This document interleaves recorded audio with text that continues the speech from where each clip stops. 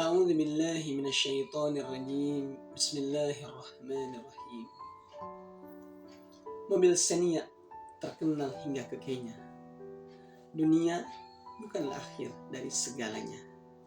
Assalamualaikum warahmatullahi wabarakatuh. Alhamdulillah, wassalatu wassalamu ala rasulillah wa ala alihi wa mawala, amma ba'du. Sahabat-sahabatku yang dirahmati Allah Subhanahu wa taala. Kita hidup di dunia bukanlah akhir dari segalanya. Karena sejatinya kita ini bagaikan seorang perantau. Dia akan singgah di satu tempat, kemudian akan pergi lagi ke tempat lain. Dia belum berhenti sampai dia sampai kepada tujuan. Dan tujuan akhir daripada kehidupan kita, teman-teman, bukanlah dunia. Dunia ini adalah tempat transit. Tempat yang hanya bagian daripada perjalanan hidup kita. Karena sejatinya kita sedang menuju tujuan yang utama, yaitu akhirat. Dan itu masih belum ada yang ketahui kecuali Rasulullah SAW dan Allah yang menciptakannya. Allah sudah gambarkan dalam Al-Quran.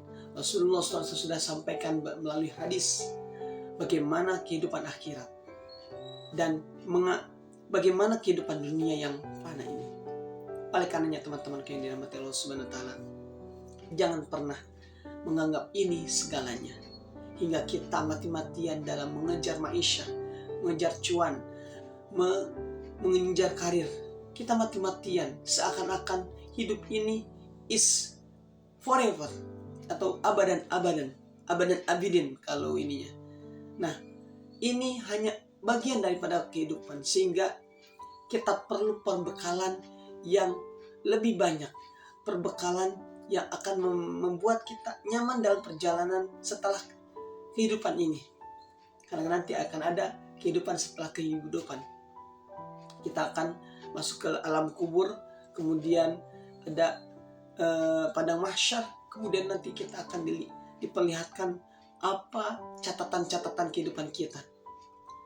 Apakah kita adalah orang yang baik, ataukah kita orang yang serakah, ataukah kita orang yang senantiasa membuli orang lain, atau bahkan mungkin kita termasuk orang-orang yang senantiasa hasad kepada orang lain. Na'udzubillahi min dzalik.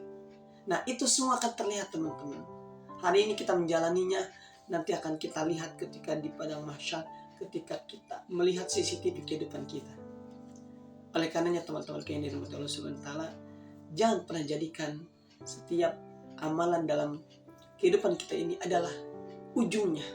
Ini adalah bagian daripada tunas-tunas yang akan kita tuai nanti.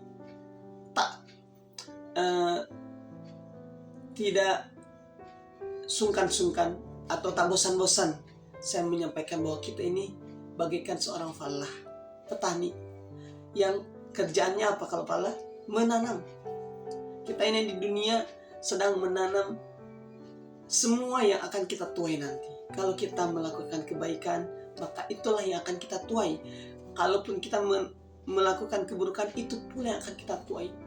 Dan setiap amalan kita tidak akan pernah terselisihi. Allah tidak akan pernah terprovokasi oleh hasutan-hasutan. Karena jelas kita melakukan kebaikan, Allah akan balas dengan kebaikan. Kita melakukan keburukan, Allah balas dengan keburukan. Tapi bedanya, Allah itu Maha Rahim, Maha Sayang. Ketika kita berniat melakukan kebaikan, Allah sudah tulis, teman-teman. Bayangkan, baru niat doang. Misal nih, saya niat pengen ngatamin Al-Quran, maka Allah akan tulis itu satu kebaikan. Ketika dilaksanakan, maka itu menjadi amalan yang sesuai dengan yang kita niatkan. Tapi bedanya dengan keburukan, kalau kita berniat keburukan, saya nanti mau nikung teman yang udah menghitbah, kan nggak boleh. Orang udah dihitbah, ditikung. Itu misalkan contohnya, atau saya mau merampok bank ini supaya saya jadi orang kaya, kayak Edi Tansil dulu ya, Edi Tansil yang nggak tahu bagaimana kabarnya hari ini. Itu kita udah niat buruk, tapi masya Allah tidak ditulis, teman-teman.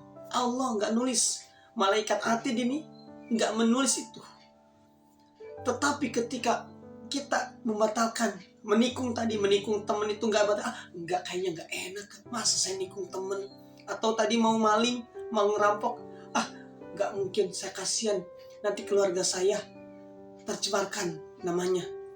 Maka ketika itu tidak dilakukan, Masya Allah, itu menjadi amal kebaikan.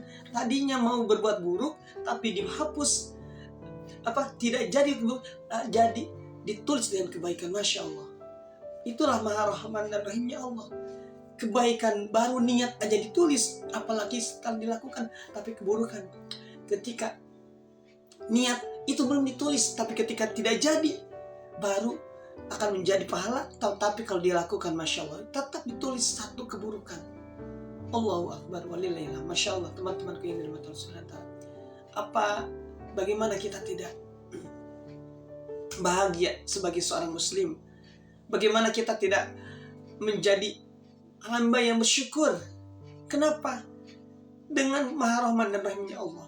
Allah dengan Maha Rahmannya, Maha Rahimnya memberikan hidayah kepada kita.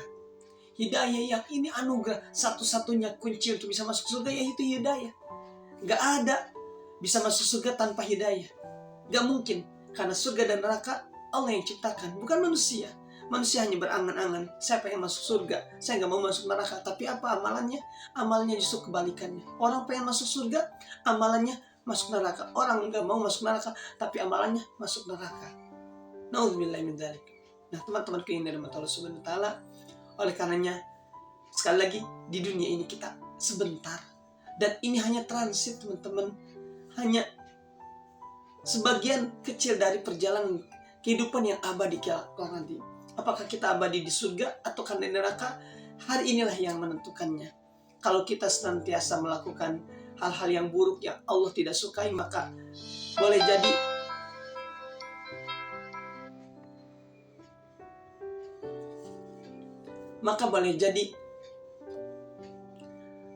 jadi kita akan menjadi hamba-hamba yang masuk ke dalam neraka. Tapi jika kita melakukan kebaikan, maka insya Allah kita akan hidup di surga, di tempat yang dulu Nabiullah Adam alaihissalam tinggal di sana sebelum turun ke bumi. Teman-teman yang dirahmati Allah Subhanahu wa Ta'ala, jangan pernah berputus asa dalam kehidupan ini, karena Allah senantiasa melihat dan mengayomi setiap kita. Selama kita beriman kepada Allah, maka jangan pernah merasa khawatir akan akhirat kita. Sebagaimana Rasulullah SAW sabdakan, setiap manusia itu masuk surga kecuali yang tidak mau. Bayangkan, semuanya masuk surga terkecuali siapa yang nggak mau? Yang berbuat maksiat, yang tidak percaya kepada Allah, yang tidak mengindahkan apa yang disyariatkan oleh Islam. Dan mudah-mudahan kita tidak termasuk hamba-hamba Allah, hamba-hamba yang tadi Rasulullah sampaikan bahwa dia tidak termasuk dalam ahli surga. Karena sejatinya tujuan utama kita, teman-teman, bukan dunia, sekali lagi, bukan dunia, tapi akhirat.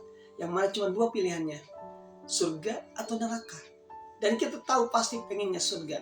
Dan mudah-mudahan dengan pengingat ini, watawassaw bil haqq watawassaw bis sabr, Allah memberikan kita kekuatan, kemampuan untuk bisa melakukan amalan-amalan yang mengantarkan kita ke surga, bukan ke neraka, dan menjauhi amalan-amalan yang bisa menjerumuskan kita kepada neraka. Dan itu adalah sesuatu yang setan serta bala tentaranya inginkan.